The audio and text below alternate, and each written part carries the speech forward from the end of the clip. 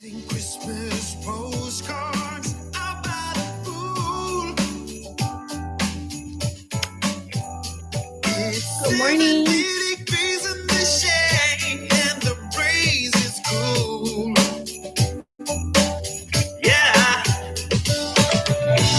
Even though we don't get snow, I still think it's the place to go. Where the weather outside doesn't get frightful, it just stays warm and delightful. Exercise. It's Christmas time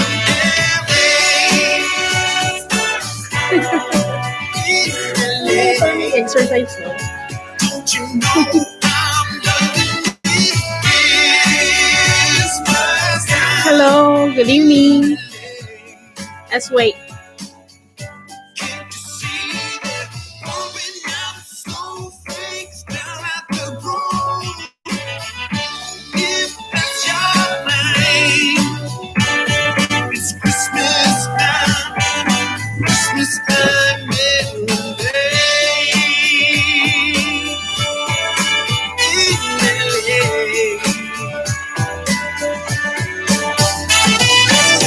If you go cruising downtown, it's a curtain of lights, and the tree at the Staples Center is the prettiest sight. Now who said Christmas must be white?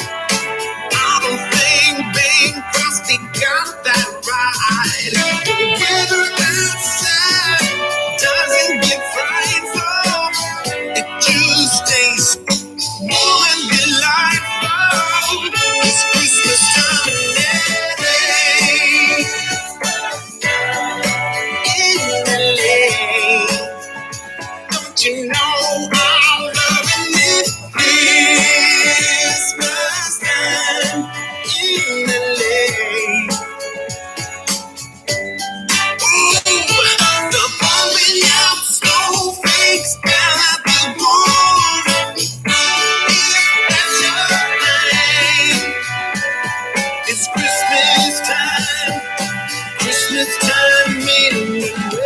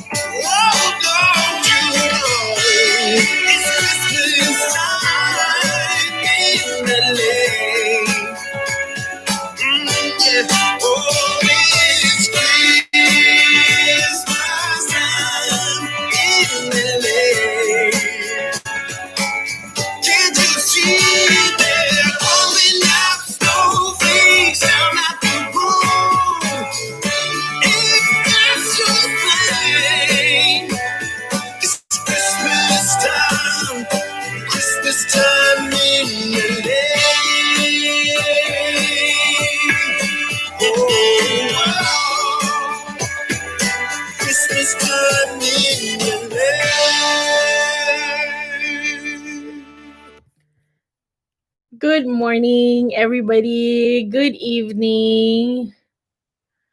There's no emoji and then there's no capital letters para daw hindi mag-lag.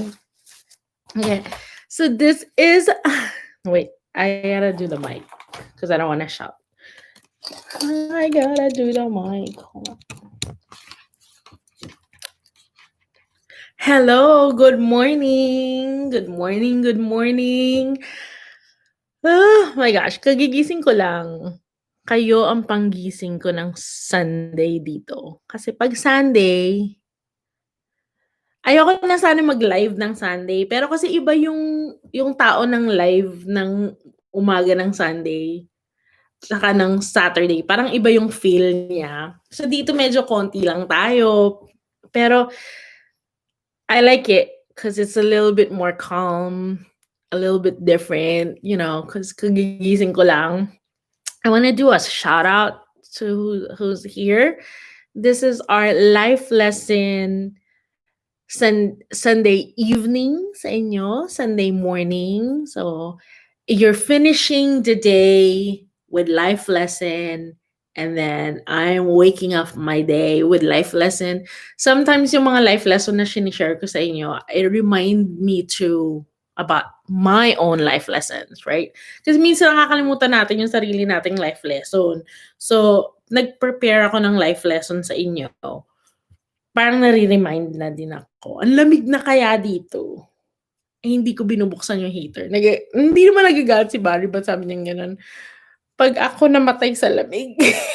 Kasi ang mahal-mahal ng kuryente nung summer. Halos $400 every month. O sabi ko, wag kayong magbubukas ng hanggat na hindi kayo namamatay sa lamig dyan. Huwag kayong magbubukas ng heater. Okay, bibili na lang ako ng maliit na heater. Okay, I wanted to do a shout out. Okay, Diana Crisatol, Gemma Pasqua, Jenny Del Mundo, Jonah Mamaril, Diana Francisco, Jaylene Espinosa, Roslyn Padida, Josephine Baldemore, Jeline, Robelyn, Jeline Espinosa, Robelyn Coquila, Legaspi Jocelyn, Jenny Del Mundo, Diana Francisco, Arian Shana Villados, Diana Francisco, hello. May dalawa tayong Diana, Quisitol, and then Francisco. April Abril, Gemma Pasqua, let me see, Bernadette Aquino, Winnie Nalagon, hello Winnie, Arlene Sashina, hello, Sheena, paano ma-pronounce Arlene? Villados, Vayana Cañas, Jenny Del Mundo, Josephine Baldemore, Amadel Hilaria, Arian Sheena, okay nasabi ko na ata. Roselyn Peda, Lian Jar, Abraham Legaspi, Nicole Cinco, Lian Jan Vidal. Hi, Lian. Robilyn. Let me see. Keisha Kate Valera. Yikisha. Did I say that right, love? Let me see. Bernadette Aquino, Ana Del Hilaria, Hazel Pliados, Vinci Ann Cruz, Josephine Baldemore, April Abril, Ana Del Hilaria. Gotcha, guys. I got you guys. Okay. Angel Gailan. Okay, who else is in here? Who else? Milot TV. Hey! Ate Milot. Gretchen de la Cruz, Viana Cañas. I think that's her. Good morning, everybody. Or good evening sa inyo. Malapit na kayo matulog. Kagigising ko lang. Para kayo nasa future. Alam mo yun? Future kayo. Ito kasi parang nandito pa ako sa past. Kasi Sunday night na sa inyo. Hello, classmate. So next week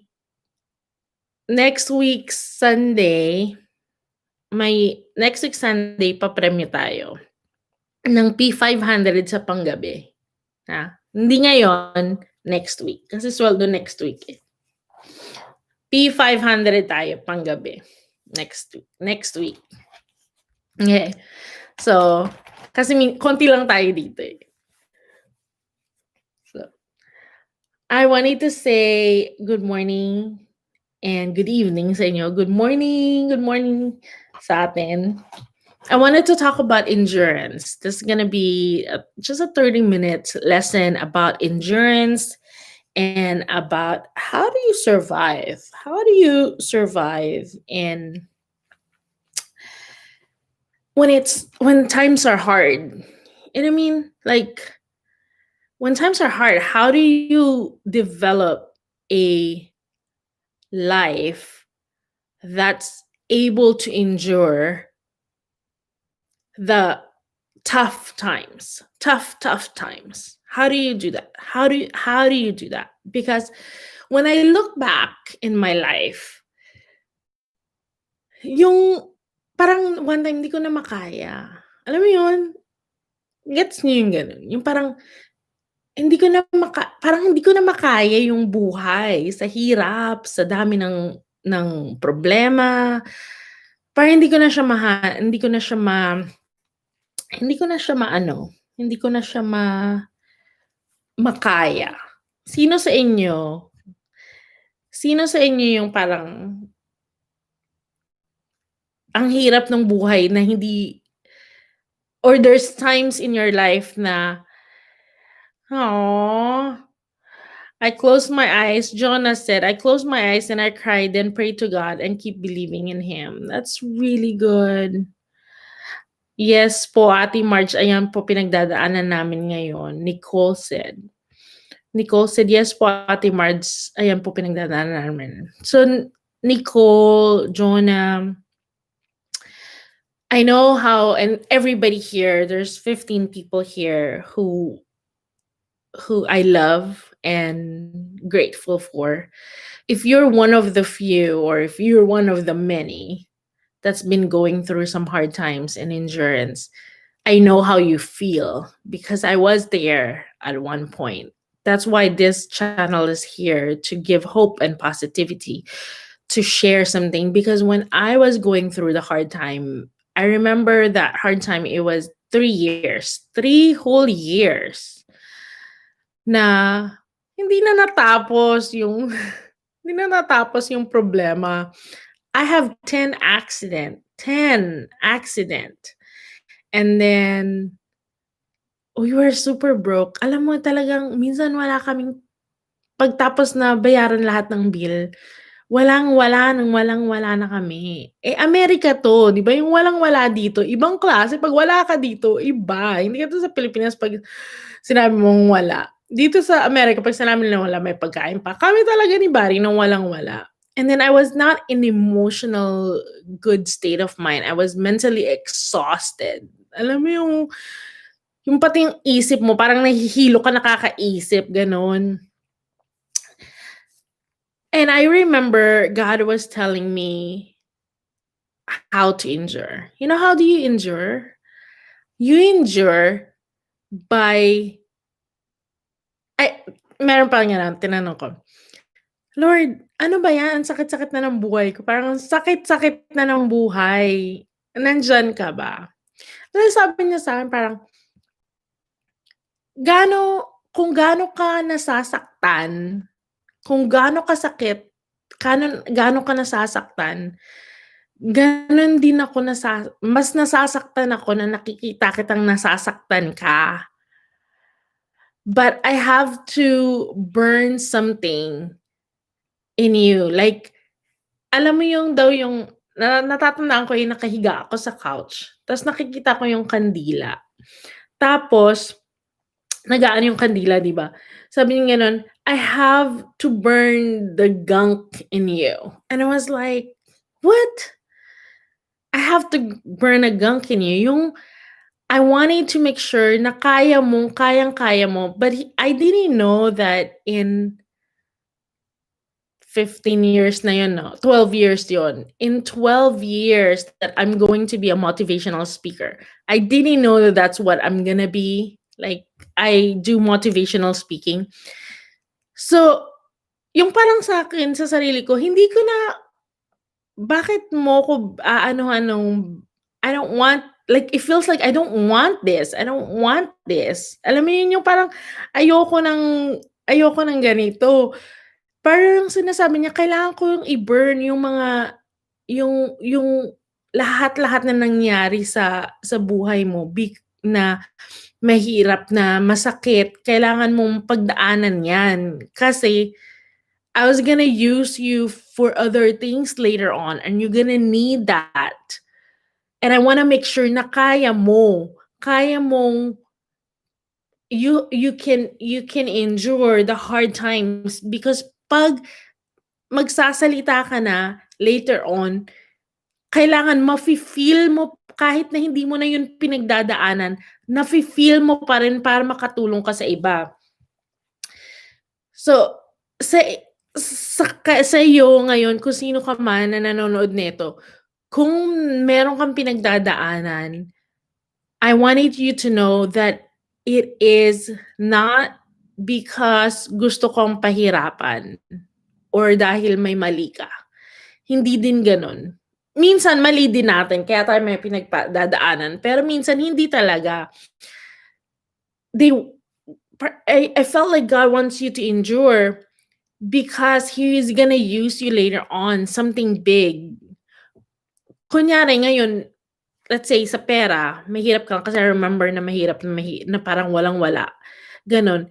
Ngayon, 12 years later, marunong na ako humawak ng pera kasi ramdam na ramdam ko na kung gaano kahirap ng wala. So ngayong 12 years later, it took me 3 years or more to develop really great money skills because nung naramdaman ko yung hirap na yon, hindi ko na gustong mangyaring gano'n. So yung mga lesson na na-learn ko no'n, nagagamit ko na siya ngayon na kahit meron na akong konting pera.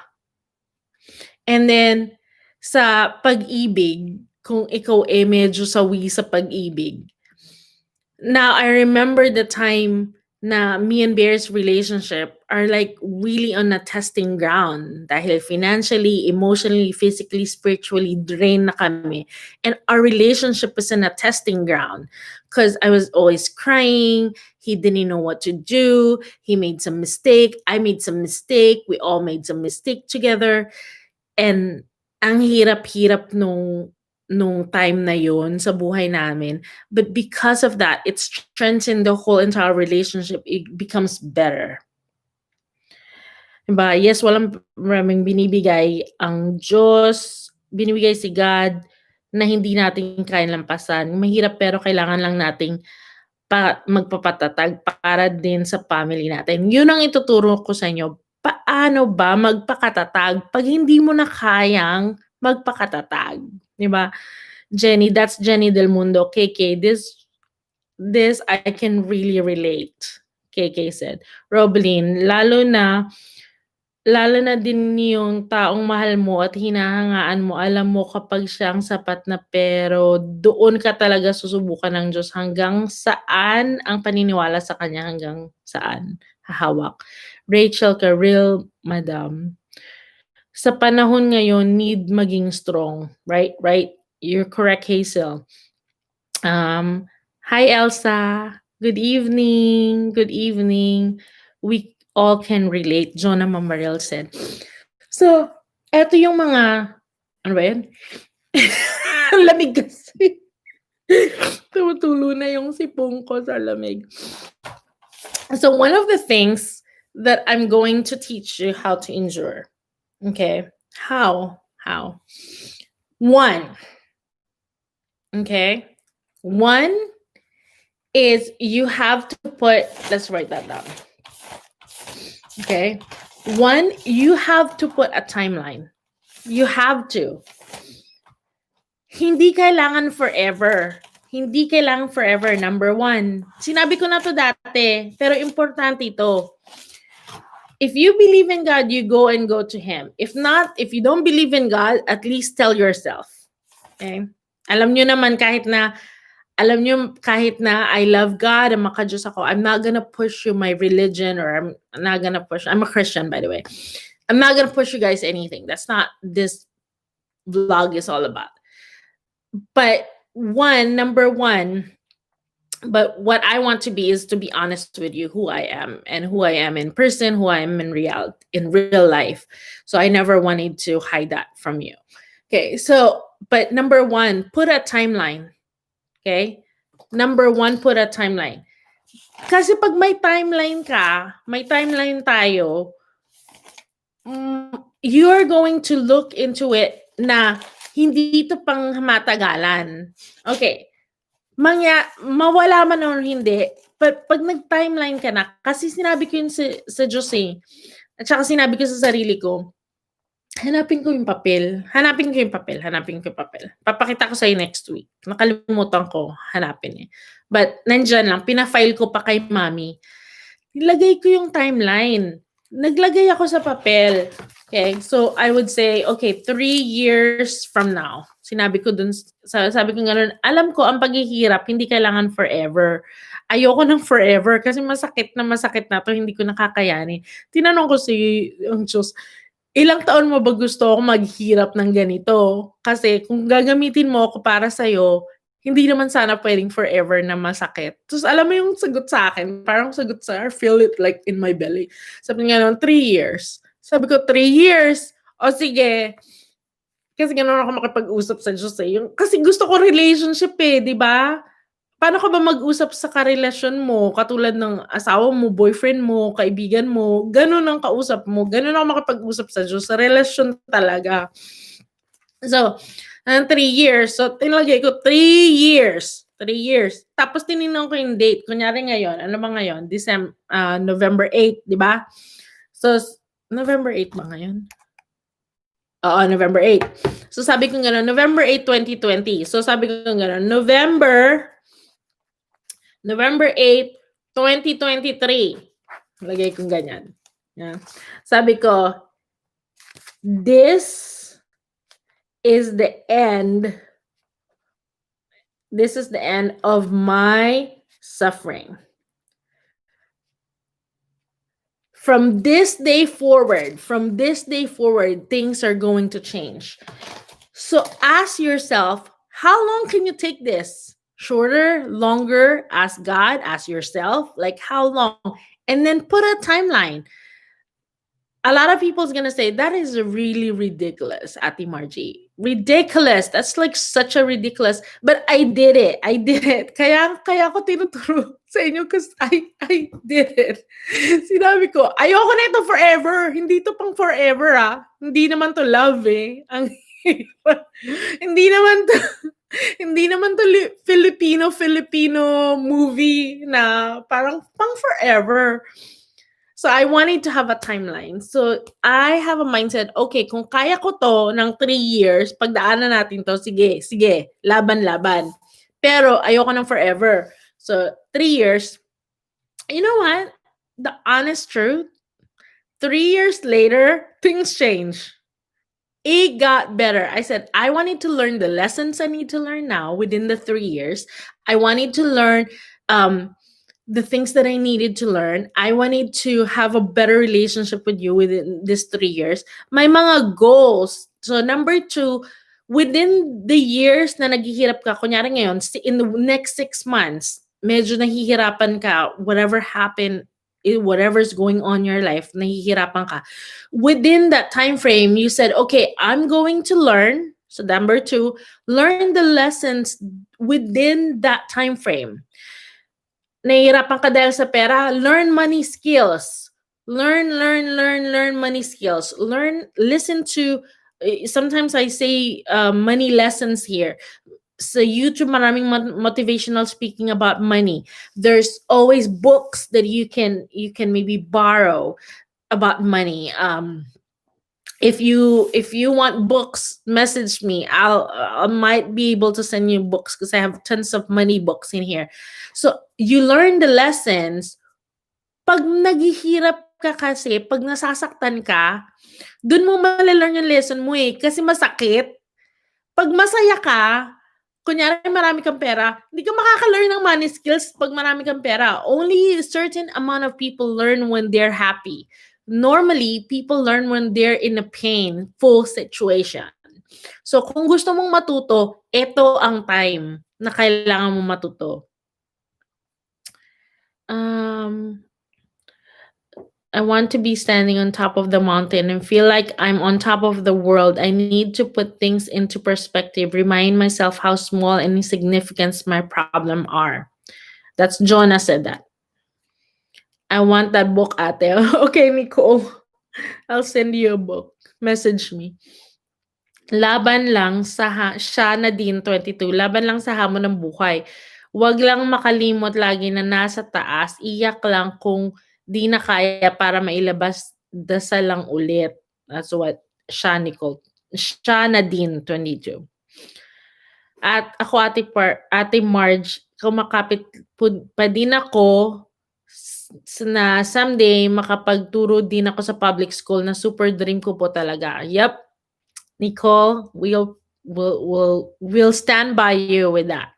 Si Nicole na gusto niya maging public school teacher, so let's go ahead and cheer her on as she wants to be a public school teacher. That's a good career. That's a good career. And that's a good calling. Okay, Jaylene Espinosa, yes, super true. Always believe in yourself and also kay God na bibigay niya yung prayers natin. Very good, Jaylene. Jonah, wag tayong susuko, kapit lang tayo. Okay, kapit lang tayong lahat. Okay. Anong ibig sabihin ng SW? Type nyo dun. Ano yung SW? Hindi ko magets. SW lang po, sabi ni Jenny Del Mundo. Rosaline Padida and Evangeline. Hello, Evangeline. Yeah. So, meron tayong 1, right? 1, put a time frame. Put a time frame. Number 2, learn the lessons when you're in that moment. Kung ano yung nararamdaman, if you're in the middle of a painful situation, if you're in the middle of this timing in your life, it means that you can easily learn a lesson. What people can learn, alam mo yung ibang tao, hindi nila matutunan. Ang tagal-tagal na hindi pa rin nila matutunan. But when you're in a painful situation, pag nandun ka sa time ng problema, matter of days, natutunan mo. Ang bilis pumasok sa puso mo kasi masakit yung puso mo. Pag may sakit ka, di ba? Alam mo yung pag may sakit ka, may sakit yung katawan mo. Di ba, may sakit ka, may sipong ka, ganon. Sabi ng ganon, pag may sakit ka, huwag ka masyadong mahina yung immune system mo. Walang laging mas maraming papasok sa katawan mo pag may sakit ka. Kaya nga 'di ba sinabi nga nung pagkatapos mo pa magkasakit, sabi ng mga matatanda dati, wag kang lalabas, wag kang magpapapagod kasi mahina pa yung immune system mo, sisinatin ka. That's what happened when your heart, your emotional heart is hurting. It can receive either good things or bad things so easily. But if it works for you, if you learn it if you learn to let the life lesson na papasok sa puso mo kasi may sakit yung puso mo, that's the best way to learn about life. That's what I always do. Pag masakit yung puso ko, pag meron akong I don't know what Tagalog doon. Nakalimutan ko na. If I feel pain, if in the middle of a painful situation, dun ko nalalaman, because nalalaman ko nung years and years ago nung natututunan ko pa to. So pag masakit yung puso ko, kunyari na masakit na malungkot ako, naiinggit ako, pag masama yung pakiramdam ko, pag hindi ko gusto yung isang tao, dun ko chine-check yung heart ko, dun ako nagtatanong, what is the life lesson here? I wanted to learn it because what's going to happen is I'm gonna learn it right away because my heart is willing and able to receive because it's in the middle of a pain. True. Totoo yun. Still watching SW pala. Still watching. Okay. So yun, if you agree with that statement, say give me a Y, as lowercase y. Okay. And the third one, before I let you guys go, the third one is be ready. Be ready. Kahit na kung yung mga nakikinig dito and you're not in a painful situation, you better be ready because life comes with pain. Kung wala man akong pain ngayon, I know that one day it could happen. It could happen in a minute. It could happen in a second. It can happen in a day. So what do? You prepare to be strong. That's what endurance is. you prepare to be strong. You do. You prepare to be strong. So, may kukwento ko sa inyo ganun. So, my goal in life is to have the greatest relationship with my husband, Barry. Kasi dati, yung mga boyfriend ko, tsaka hindi ako marunong pumili ng boyfriend. Hindi ako marunong. As in, yung mga relationship ko parang, ugh, why did I pick that one? That's such a wrong one, you know? But nung nakilala ko si Barry, I felt like, oh, this is the one. But, hindi rin perfecto. Kasi, Amerikano siya, Pilipino ko. Hindi naman perfecto, di ba? Yung buhay. So, I remember I was reading the Bible one time. I was reading Proverbs. Alam nyo, may nagturo sa akin nun, yung spiritual father ko nga, si Pastor Wayne. Kasi parang wala akong wisdom. Ang bata ko, parang wala akong, mga 20s lang ako nun. Parang, kulang yung wisdom ko sa utak ko, ganon. So, ang ginawa ko, di ba yung Proverbs 30, yung Bible, meron siyang 30, ginawa ko siyang parang horoscope yung dating. Meron siyang 30 days doon. So, ang gagawin ko, binasa ko siya ng 2 years. I believe 2 to 3 years, binasa ko yung Proverbs, araw-araw. Proverbs 1, January 1, gano'n. Araw-araw siya ng 2 to 3 years. I think almost 3 years yun. Binasa ko siyang gano'n. Kasi may nagsabi sa akin, if you wanted to learn lesson, Proverbs 31, lalo na sa babae, maganda yon because it teach you how to be the Proverbs 31 lady. Yung loving and caring and good with money. Mas ang dami ko natutunan dun sa Bible na yun. But that's me because I wanted to learn. I wanted to be a better thinker. I want to be a better person. So, yun yung ginawa ko. Tapos, I remember, kakakasal lang namin ni Barry. Sabi, nagbabasa akong ganon. So, sabi, nababasa ko yung tungkol sa sa adulterer lady, adulterer woman. Right? Nicole said she started reading that. So, ang tawag doon, adulterer woman. Yun yung message. Sabi ko ganun, ay, lalagpasan ko to, hindi naman ako adulterer woman. Sabi ko ganun sa Diyos, parang, hindi ko na, amal-mal, nasa honeymoon, parang stage kami noon. Love na love ko yung asawa ko. Hindi ako magbabasa niyan, hindi naman ako adulterer woman. You know what I said? I felt like, sabing ganun, you have to be ready before the storm hits. You have to be strong. You have to make a decision that you're strong and that you're honest before the storm hit. So you better read that because I need you to be strong. I need you to be strong. I need you to be a stronger wife. I need you to be a faithful wife. So kahit you don't, alam mo yung mga athlete na nagtitrain sa buhay, yung hindi nagte-training, pupunta ba sila sa laban dun sa contest nung nung hindi sila handa? Ang tagal-tagal kaya nila naghanda for just one moment. One moment of testing. 'Di ba parang pag athlete ka, pag contest 'yon, Olympics, whatever, tinetest ka. Ikaw ba ang pinakamagaling? Ikaw, do you endure? Pag runner ka, do you endure that 3 mile? Are you the fastest? Are you the strongest? Are you, can you handle the pressure of that moment? So, paano ka magiging, this is how you endure.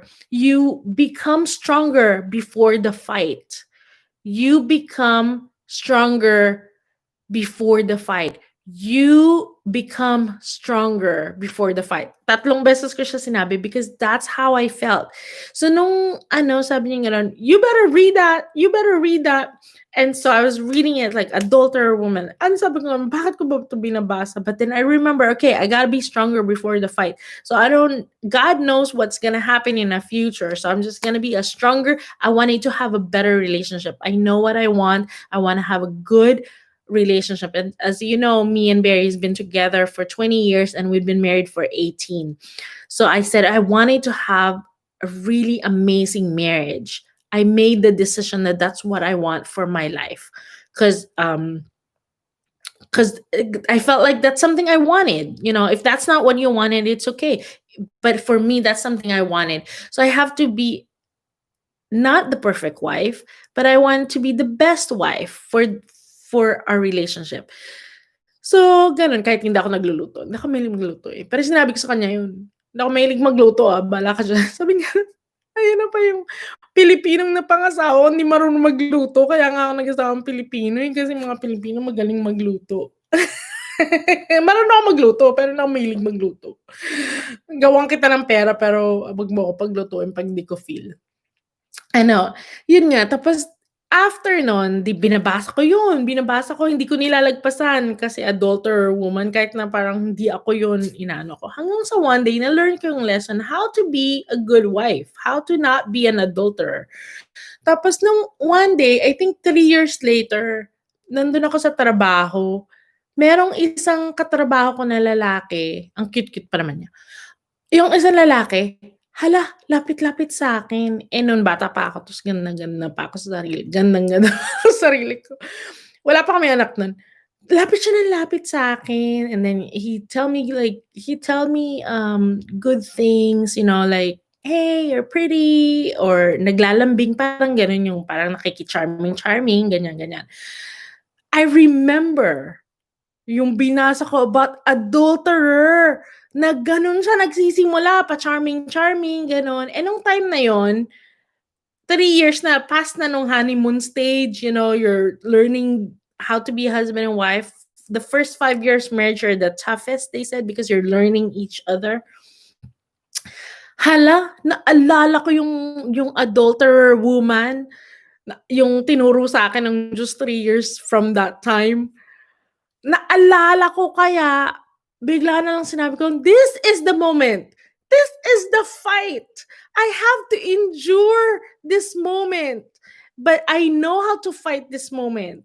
So, ang ginawa ko, alam niyo ba, in fairness, naghanap ako ng bagong trabaho. Gano'n ko sineryoso yung life lesson na yon. I found a new job, you guys. I leave that job before it gets heated, whatever is going to happen. I said, I'm willing to risk. I find a new job. I left that old job, find a new job because I don't want it to be around that person. Not because I'm not strong, but because I care for my marriage and I got ready for that fight. I recognize the moment. Oops, this moment is not good for my marriage. I recognize the life lesson. That's what I was preparing for. That very moment is what I'm preparing for. And I won that fight. I've been married now, guys, for 18 years. It's not perfect, but it's a happy one. It's 90% happy and 10% sad. You want a marriage that's strong like that. You're able to be happy and learn how to laugh together even in the middle of time. But do you think I would last? I don't know. I don't know. I could not answer that question. But I remember I got ready for the fight. And I endured that moment. I learned endurance before the testing happened. See, so for you guys who's here, I know there's not a lot of people here right now, but for the 12 of you that's listening and whoever's gonna listen after this, this Barry said, "Why do you even wake up early in the morning on Sunday? It's your day off. It's your only day off. Sunday is my only day off. But why do you wake up early in the morning?" Sabi niya sa akin last week. I felt like I was gonna cry. Why do you wake up early in the morning to do a live video? Because I recognize this group. I recognize this group, the Sunday night group. This group is different. It's a different group. It has a different feel. I want you guys to be strong. I want you to come out in this life successful. And so when Barry said, "I think you need to stop doing live in the morning because you're tired already," I said, "No, because I felt like that group, I won't stop doing live because this group, it's so small. Nagla-live dito konti lang kasi wala masyadong pamigay dito. But this is that time that it has a life of life. It has tons. This I could open my heart to you guys kasi konti lang tayo. And and it's a good morning for me. I felt like I did what I was supposed to do. It's my real purpose. And this is my real purpose. Bago yung mga video, bago yung mga pamigay, bago yung balik my inbox. My real purpose is I want the people that's listening to really, really learn the life lessons with me. Because there's a life lesson na masasayang lang kung hindi ko maituturo. Kung lahat ng matatanda, kung lahat ng mga taong na marami ng pinagdaanan, tinuturo talaga nila yung pinagdaanan nila, inintindi nila para maituro nila sa iba, the world will be a better place. Right? So, I want you guys to be I honor you guys being here because you're meant to be here. There's no accident, there's no coincidence. You are here to listen on this message because you are going to endure something great. And out of that greatness, one day you're going to come out, and then one day you'll be teaching the people around you, the kids, or maybe you're going to be the next motivational speaker that's going to change this world. And I want you to endure the things that you're enduring because you're going to build character that nobody else can take from you. And that character, don't use it for just you, use it for um other people's success. Give them the success that one day na ikaw na yung nagtatamasa. So I just wanted to say thank you so much for being here. It's 4:42 minutes, and I wanted to say thank you for being here. I gotta take a shower. I just woke up. It's like freshly made. I wanted to say shout out to everybody that's here. Sometimes pinapanood, not sometimes, all the time pinapanood ko after na process ng YouTube para nababasa ko yung mga message. But anyways, I wanted to say thank you, KK, Sha, Nadine, 22. Can you guys press lowercase y so I could read everybody's name if you're still here and watching this? And you guys are so special to me. I mean, the whole entire channel is so special to me. But this moment, whoever's in here, the morning Sunday here, night Sunday night to you, it feels like it's a good, there is a good group. So I wanted to say thank you. So let's see. Jonah, Cheryl, Gemma, Shanadine, Jonah, Hazel, Diana, KK, Jaylin, Jenny, Nicole, Vincy, Jonah. Yes, yes. I've been doing discipleship with young adults and I needed this life lesson. It will help. Good job, Jonah. That's really, really great. Keep doing what you're doing. You're changing lives. Jenny, Sherilyn, Rachel, Winnie, Jenny, Sherilyn, Nicole, Diana Quintosal. We have two Dianas here. So I wanted to let you know that you guys go to sleep, have a good night dream. Let me play some music for you guys. But thank you for being here. I love you so much. Next week I'm gonna give P500 P500 pesos sa grupo na to. We're gonna pick up one name so we could bless one person here. Thank you for being here. Alam mo, gano'n yung masarap ng feeling na kahit na maliit lang, kahit na konti lang tayo dito, we still learn something. Even if it's not winning money, I felt like we win life lessons. And sometimes yung life lesson na yun takes you a long time. Take you somewhere that you've never been before. And that life lesson can sustain you more than a 500 pesos can. But of course, masarap din may namimigay tayo ng pera.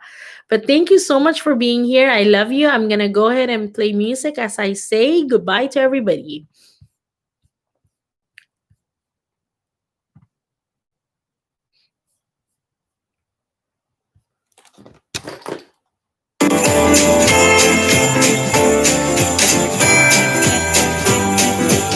Hurry, hurry, Mama's looking worried.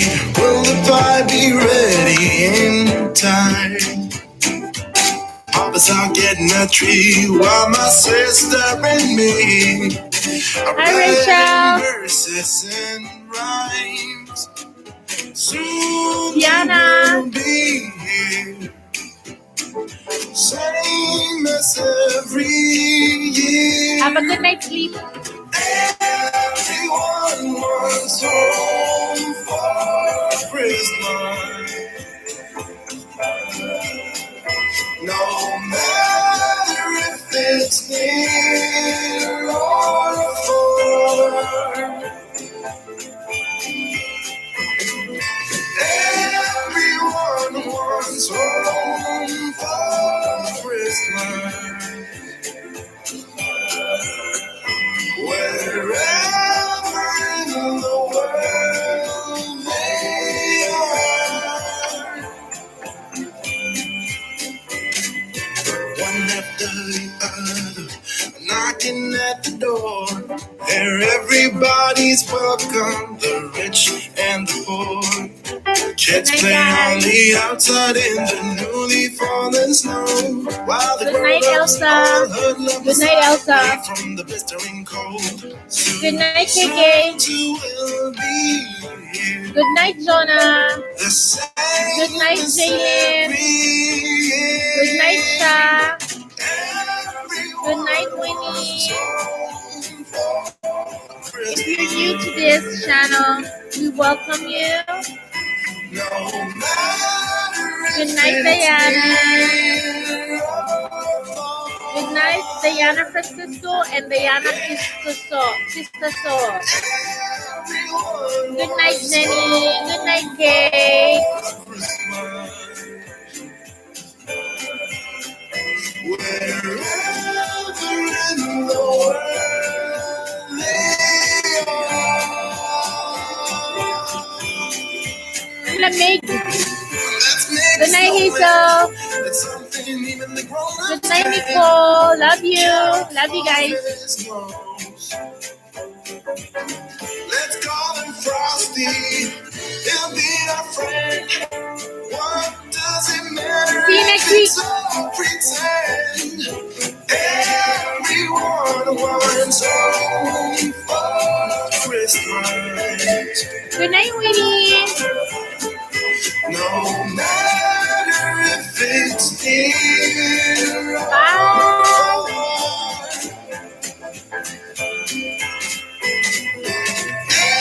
everyone Bye, wants Charlene. Good home night. Thank for you for being here. Christmas.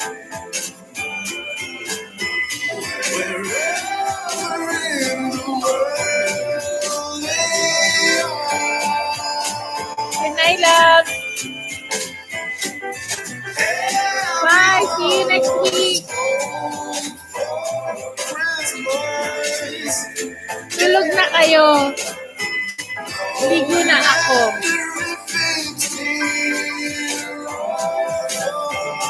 I love you. Everyone wants home for Christmas. Wherever in the world they Have a good night's sleep.